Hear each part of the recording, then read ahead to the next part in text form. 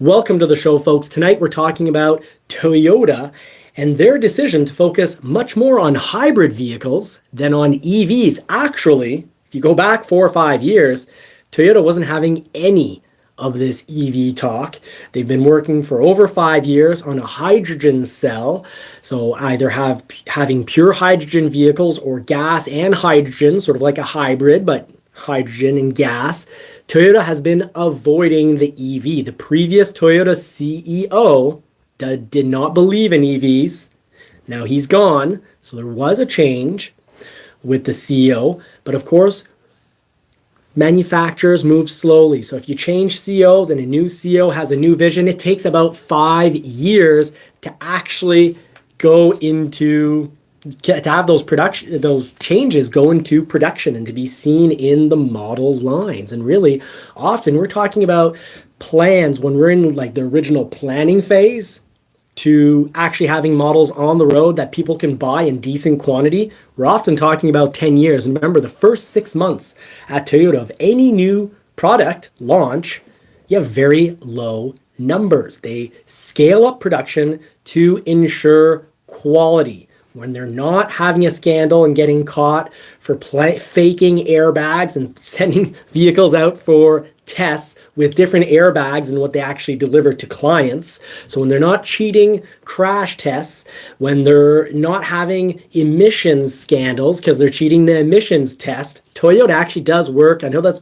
been a lot of talk about that on the internet recently, but Toyota does a lot of work to take actually quite a long time before making any changes. And then they work on those changes for an extremely long time. And then they very slowly scale up production at factory. What's the result? The result is very different than this right here, the Bronco. Now the Broncos tried to scale production up really quickly. Well, before that, you can say they went from planning and building on a small teams, teams of 5 to 10 people in one huge room with different, you could say pods, different teams of 5 to 10 people in one big room. So information could go back and forth really quickly. They got the Bronco up and running really quickly. They scaled up production, some feel, and obviously because there's so much demand, slowly. Had there not been extreme demand, well, then the Bronco would have, had, a decent scale up time. But Toyota takes their time scaling up. They also can shut down a factory for quite a long time before they start producing on scale these vehicles. So they really work at and spend a lot of time and money tooling up the factory. As a result, Toyota has a fantastic reputation when it comes to reliability. And you can see on this chart what happened. Toyota did not focus on producing all sorts of EVs. Right now, they only have one full EV, and that's mostly more the result of the new CEO who came in saying, I know the last CEO was, he didn't say anti-EV, but the reality is that, yes, the previous CEO at Toyota was pretty much anti-EV, a non-believer, didn't feel that it was, price-wise, and let's not get into it, but a lot of us feel that EVs aren't the wonderful environmental solution that they're being presented as. And they went down a different road. What did Toyota do? They put a lot of time and money into hybrids, just like Ford has. And I know recently there was talk about how almost insinuating that Jim Farley didn't deserve his bonus because he's been flip-flopping, and how they have shocking news and change their idea. Ford changes ideas almost every day. They're keeping up with the reality of what's actually getting sold. But Toyota from day one was about hybrids. And originally Ford and Toyota worked on creating those hybrids together. The C-Max, the Ford C-Max and the Ford Fusion, that technology was directly worked on with Toyota.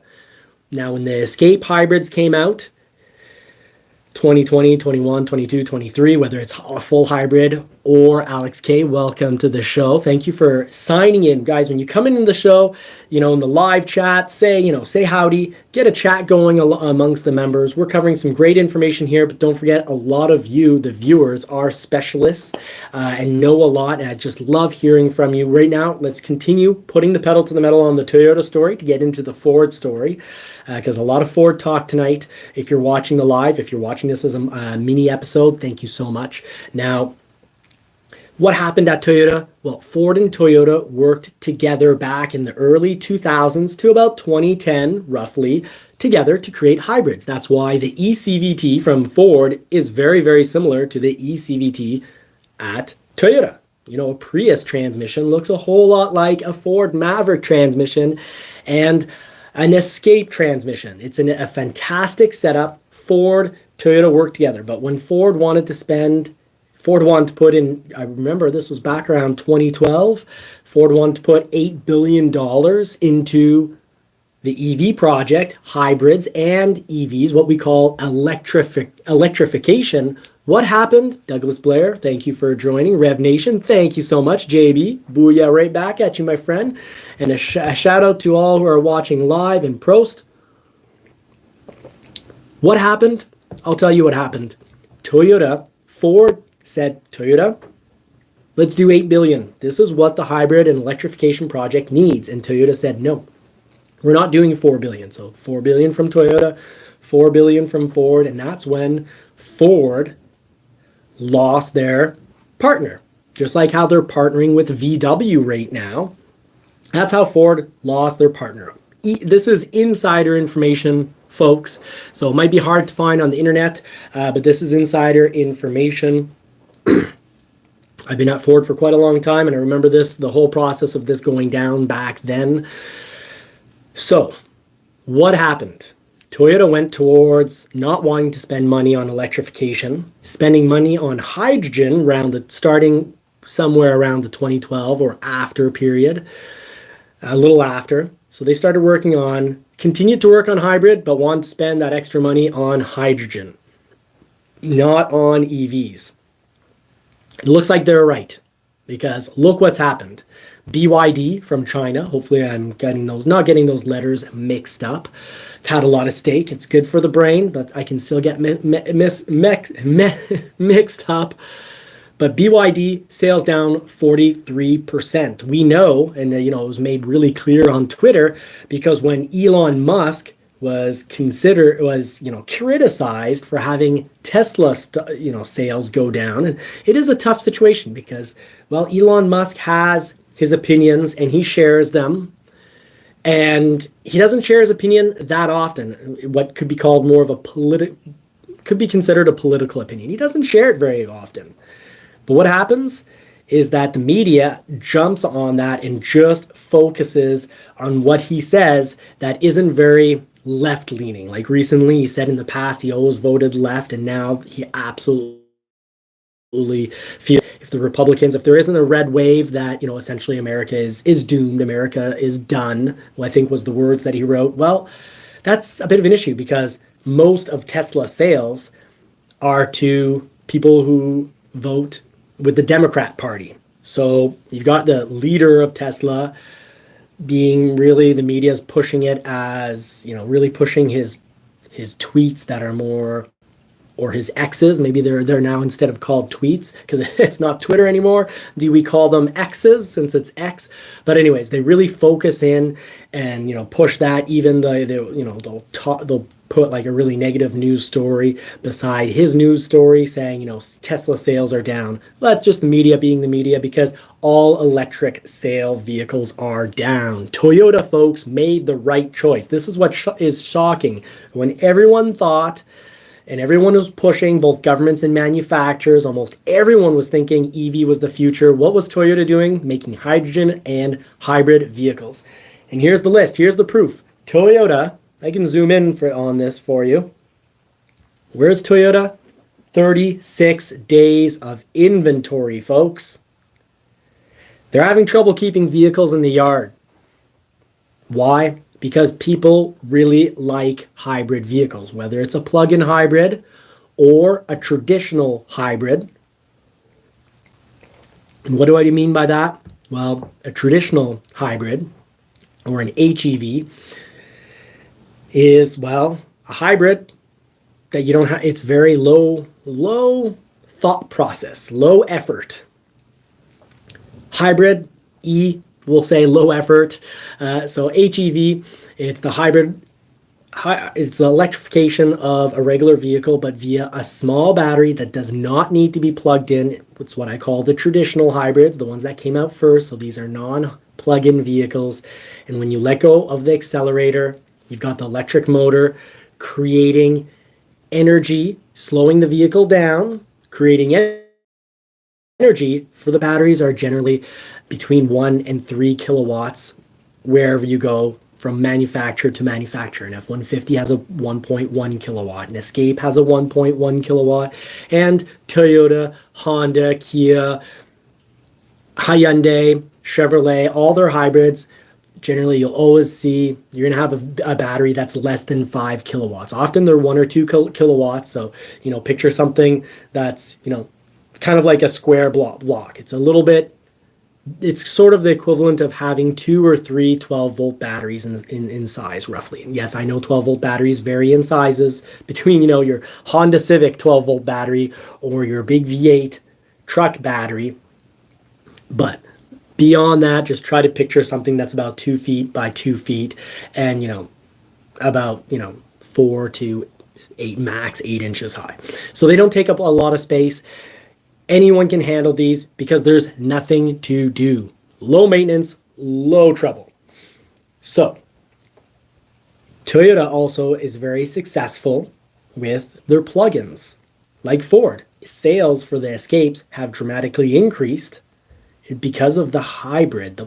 Even more the plug-in hybrid Escape is very popular. Even though it's a front-wheel drive only, it's still very popular in cold, snowy climates like I have here. It's a fantastic. Sales have gone way up on hybrids at Ford.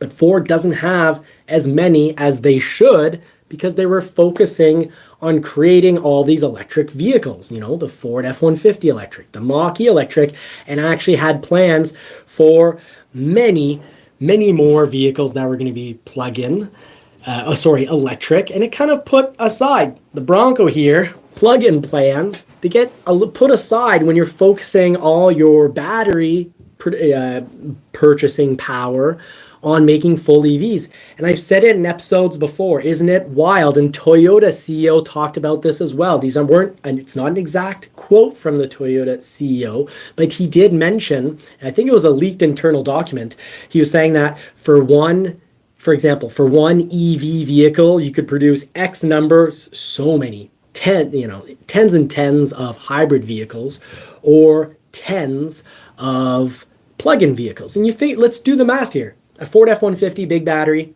extended range battery, 131 kilowatts, 91 kilowatts on the Mach-E. Well, 131 kilowatt battery, when you look at a regular hybrid like on the F-150, saving you about 40% fuel in town, that's a 1.1 kilowatt.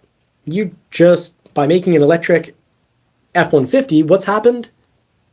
You could have made over 100 regular hybrids and still have a vehicle that's saving 50% fuel in town. Why did Ford not go down this road? Because of governments. Toyota, I guess, didn't feel like they were going to get bullied as much by governments, but they also sell a ton of Corollas. What does this have to do with anything, folks? Well, it's the government not just forcing companies, threat of devastation, doom and gloom.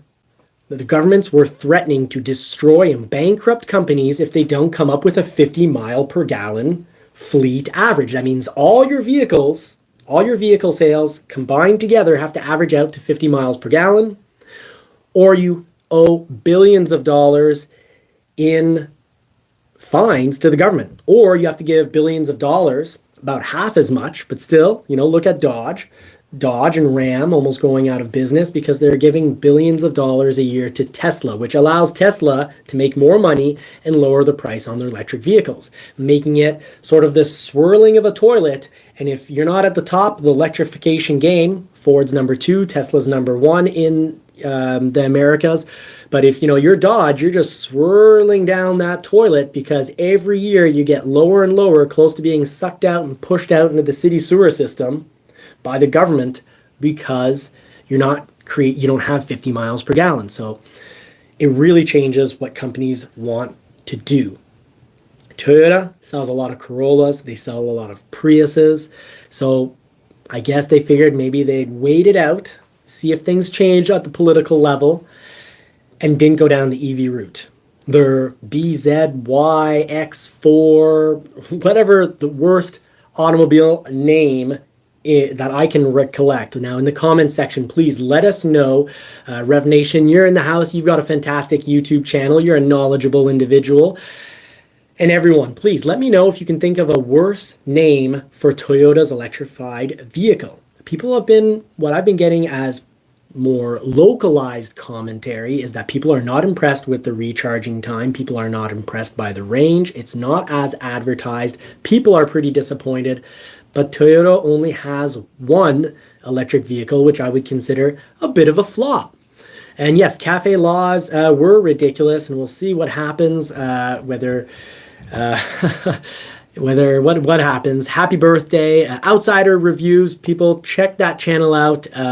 He's a veteran and a fantastic individual. Doug Blair, thank you so much for being in the show and dropping comments. Really appreciate it, folks. So what's going down? This is slowly leading us to some amazing Ford information that you're all going to love, I promise. But Toyota has focused on hybrids, and I think they made the right choice. And what did I cover this? Maybe 5-6 months ago, I covered about, BMW's thoughts, CEO's thoughts on full electric vehicles. Porsche, what their thoughts were on full electric vehicles, that they wanted to have synthetic fuel, and how the governments weren't allowing synthetic fuels that were actually essentially have the potential to create vehicles that truly are clean, because if the fuel's clean and you don't have this initial devastating environmental impact of producing the battery, and then if we don't recycle them and reuse them properly at the end, a devastating impact which could ruin thousands of acres of land and then poison water systems. If we don't take care of those batteries properly, we are going to ruin our water system. We're going to make land uninhabitable, unplantable. We will essentially lay waste to our planet if we don't dispose of batteries properly. Here's the question.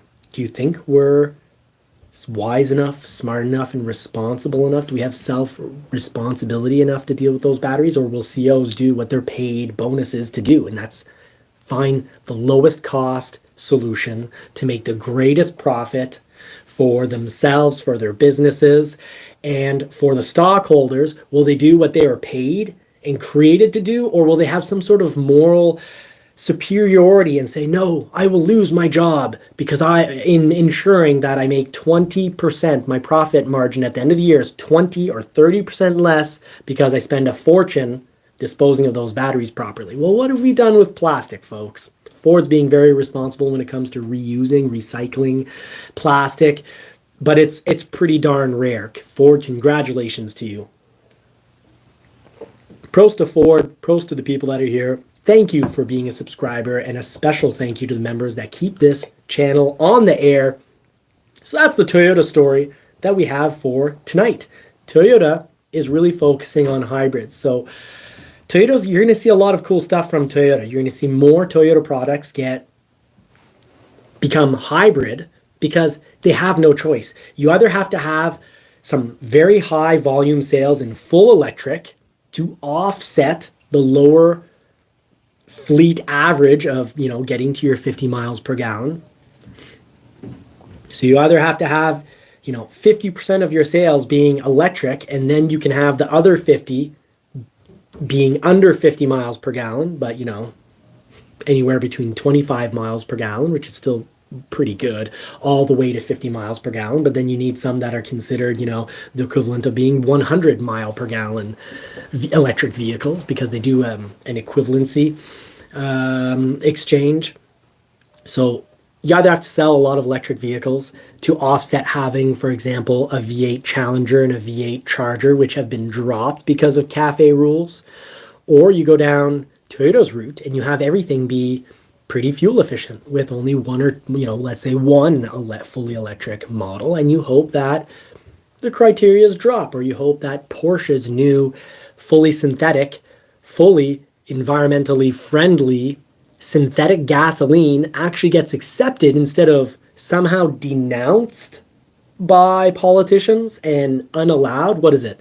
The politicians absolutely want to ensure that we send money to China to build us batteries and we destroy the planet in the process if we don't dispose of them properly, and there is a big negative impact. But Toyota wasn't buying any of it. BMW was very reluctant and publicly wasn't buying it. Porsche not buying it, focused on synthetic, and said they will leave the 911 as a full gas vehicle for as long as humanly possible. Ford, also for the Ford Mustang, saying they'll keep a V8 for as long as humanly possible.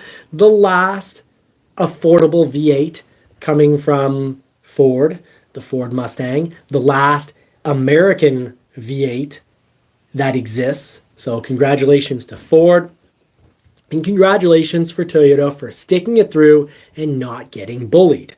Now let's talk about Ford. Let's start the whole Ford talk.